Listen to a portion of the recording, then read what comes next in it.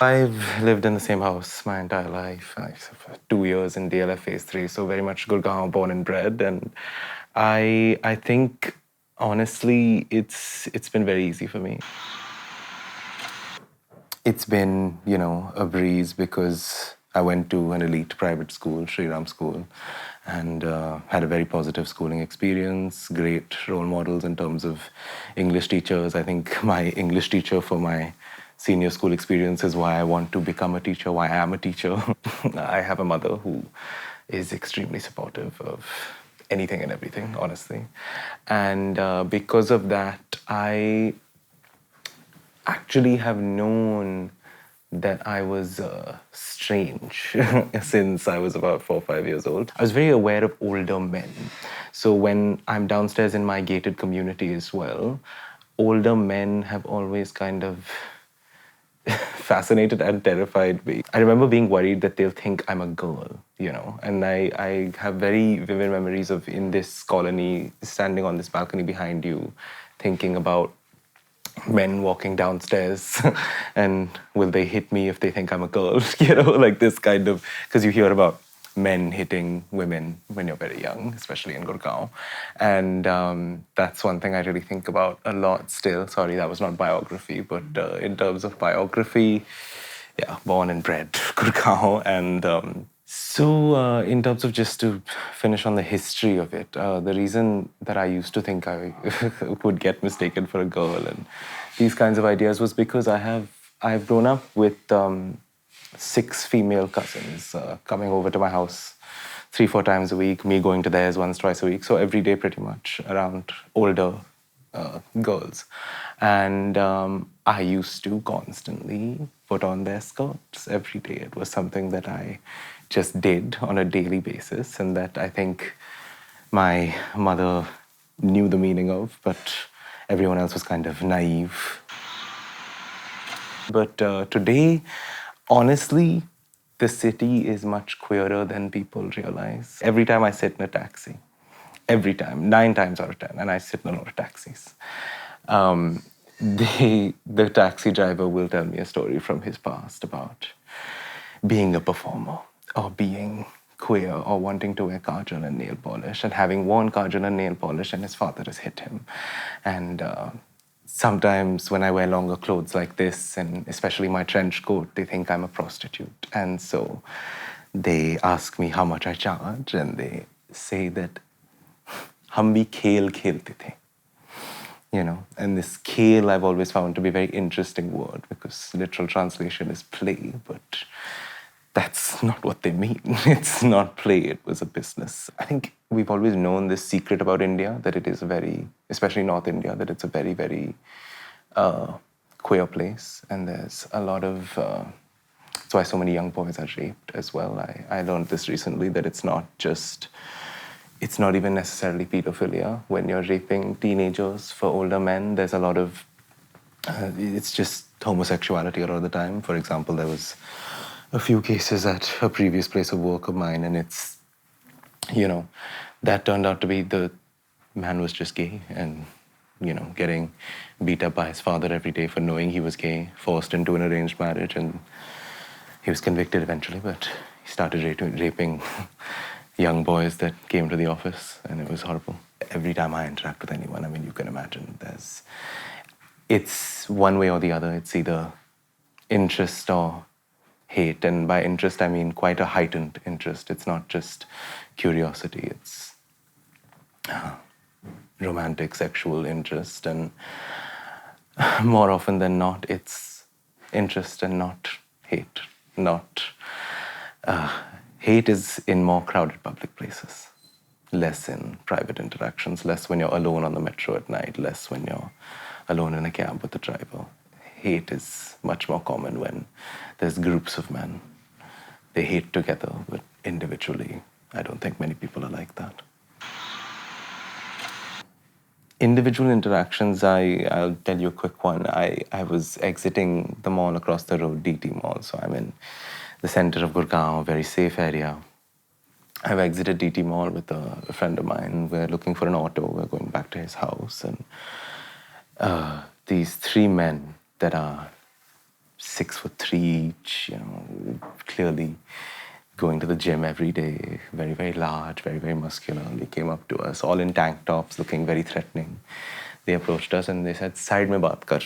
Come talk to us on the side. And I have curiosity about these things. So I said, "Yeah, come." And so we walked actually towards the entrance of the mall, so even safer location. I was not worried in any way. And with their voices very low, one of them takes my hand like this, both hands around mine, and he says, "आप मुझे याद नहीं करते हो?" And I said, "नहीं sir, मैं आपको क्यों याद करूँगा?" He said, "मुझे पता है तुम क्या हो. 5 साल पहले मैंने भी पैसे दिए हैं तुम्हें चोदने की." सर, आपको कंफ्यूजन हो गई है, ये कोई और आदमी है जिसकी बात कर रहे हो आप. नहीं नहीं, मैं तो जानता हूँ, मेरा तो प्यार हो गया था आपसे. सर, आप बिल्कुल गलतफहमी हो गई है आपको. And then he became more and more insistent, and one of the guys behind him chimed in and started approaching my friend and asked for his rates. And then they were getting a bit more forward and a bit more, not persistent, I wouldn't say. It wasn't like that. It was much more gentle than persistent, but the hand holding I didn't like. It became a stronger grip. I wouldn't consider myself a queer body just because I feel like it's unfair. I think as I told you, I get away with it because of the way I present, because of the fact that I do identify as a man. And I was assigned male at birth. I'm very, very lucky. So I get away with a lot of it, and I think that's why I get all these very nice interactions that very rarely become persistent or hostile in a sexual way or in a physical violence, oppressive way. But I think there's much more overlap between what queer bodies that I would classify as, queer bodies that need protection, like the Hijra community, and my sister get, in terms of it is so immediately physical. There is no holding back ever. I have seen, people just, while we're on the metro, immediately come up to her and want to grab, and then they see that I'm looking and they will not, or they will grab an arm and they will grab a leg, and, this kind of very strange, they'll brush past her and pretend they're brushing past her to do something else, And it's not something I have to experience, And I think it's also so much easier for men that want to perform these acts because they can perform it on any woman, and they can perform it on any queer body, and they can't perform it on me. So I think that's an important distinction in terms of sexuality, in terms of hostility. For me, I have friends that are much more well-off than me, but because they present, because their gender is not man or girl, man or woman, and they present that way, and it's clear. They don't get that class protection that I get, when I don't have to be worried necessarily about being attacked. It's a 1 in a million chance. It's not for them. It's a 1 in 10, even with their class, even with all the connections and money and anything. It's much more physical violence, much more sexual violence, and both are done much more immediately. Even if the intent is there with everyone, women and a body like the one I've just described, they are much more immediately attacked. This is a place where the underground is actually allowed to not be underground when people like me at my class level arrive. So I think this is where class plays a role. Because of my class, I'm not going to attack them for the things they say, because if I'm not their class, I can attack them for the things. My class gives me security. Our class is, I think, much more aware of not of the signals actually. I would say the lower class is more aware of the in a linguistic sense, the science of, you know, queerness. But our class, when they see a man in nail polish and when they see a man in a dress, they immediately are kind of dismissive because of this very active kind of westernized homophobia. It's not really an Indian concept. It's the globalization being soft colonialism concept. It's almost Christian at times, it makes no sense. This is not a part of Hinduism, so what, what are you referring to? Why do you have such an issue with these things? But it's so, and it's absolutely baseless. The reason what I'm saying sounds so vague is because they have no, it's not about appearance for them, because you ask them, they're educated. So you ask them, okay, so you have a problem with a man in a dress.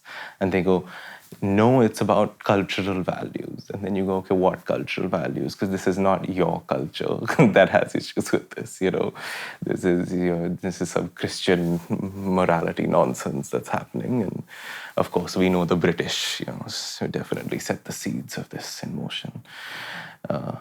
When they colonized India, they made it a much more homophobic place. I mean, look at pictures of even the late Mughals, and it's so queer. I think most people would jump at the opportunity to wear those clothes, but today now it's gay, as I was told repeatedly in my school history classes, the way they dress, the way, especially Jahangir, I think, and Jahangir wore a lot of heavily diamond embossed clothes and those sunglasses that recently Pharrell Williams has appropriated. But yeah, I think there's a lot of, it's a lot of nonsense with our class, honestly. They behave uneducated. I'm much more uncomfortable at a family gathering than I am on a road. Much more uncomfortable at a family gathering. And I think, I think they all, it's this very strange idea. They all blame themselves, you know what I mean? Because they saw me in the skirts and they saw me, whatever, doing this and that and playing with Barbie dolls with my cousins and all this nonsense. And they didn't stop it before it was too late, these kind of ideas. So they all say when I meet them that they blame themselves. They all say that immediately the first thing that when I walk into a room at one of these gatherings is, how can you wear this? Why are you still wearing kajal? You're so old now. How can you wear a skirt? You're so old. You've been doing this since you were a boy. You have to man up, grow up. All this happens, and then it goes into the guilt of, oh, but I blame myself. You should do this for me. You should change now for me because I made a mistake when you were young. And everyone has these kinds of opinions, actually, and it's so out of step with my immediate family. It really is. My mother and my father and my sisters really don't care. It's not like we have discussions about anything ever, but it's just no one cares. Do what you want to do. Just do things properly and do well personally and professionally. It has nothing to do with how you dress. It has nothing to do with how you identify. I think family values in the upper class are kind of allowed to, because of wealth, distort and distort and distort, because they can become whatever they want. They can go abroad, they can go to elite private schools, they can perform a very specific character at the Gymkhana club daily, and this kind of, it becomes its own form of strictness, where of course it's more free than the family setup at lower class levels in terms of people being able to express themselves. But the second there's a real deviance, as there is with my appearance and my presentation, it's because of their class, they're much more freely allowed to attack with no reason. Overall, of course, perhaps this is a social construct, or maybe it's purely a physical determination, but I'd actually say the hostility is equal. But I think with women, I'm much less concerned about it because of what I've just said, a physical determination, a social construct, or this, something like that. But I found at college, and I went to one of India's, one of the only places it's safe to be absolutely who you are in terms of a college, Ashoka University. And there, actually, I was met with a lot of women who had these, and a lot of women who had these very strange ideas, because when you get to Ashoka, tons of boys start coming out, and that happens. And a lot of them, I'm talking, 50 plus girls must have lost their boyfriends in these kinds of processes at our campus. So it became kind of a thing, a known social fact that this is a possibility at Ashoka. So I was met with a lot of, oh, but you'll steal my boyfriend, I mean, this kind of hostility, which is nonsense. And of course, a very, patriarchal concept, actually. But I actually think that because women have dealt with a hostility from day one. I've seen my sister, when she's 20 years old, and I hate the thought of her walking even outside of our very safe neighborhood at night. And I've seen the way men layer and jeer and whatever. Even then, I just think because of that hostility that they've experienced from day one, there is just more care. There is just, even if they have hostile thoughts, they're never expressed in the same way as with men. And they're never, and I guess, maybe I'm reading into the fact that the physical threat is lessened, but I don't know. I think there's something to be said about, understanding oppression and understanding of oppression between two different communities. The one oppressed in different ways and treated in horrible ways, but different ways. And I think, I think we see it in India a lot as well with minorities, the way they support each other. I think that's kind of what happens a little bit in terms of, at least there's the politeness to not attack. Do you think even if a woman was wearing a tuxedo and walking down the street, that would not give her masculine privilege? I mean, No, it doesn't. It doesn't at all. I don't think. I mean, of course, women will be able to answer the question much better, but I don't think it does. I don't think anyone is looking at what a woman is wearing. I think everyone is looking at the fact that she's a woman. So this whole, stupid narrative of the way she dresses, asked for it and all this nonsense. I mean, it's nonsense. It has nothing to do, you look at the rape statistics, it has nothing to do with what the woman is wearing. I had a chance to study this at college, and yeah, it's nonsense.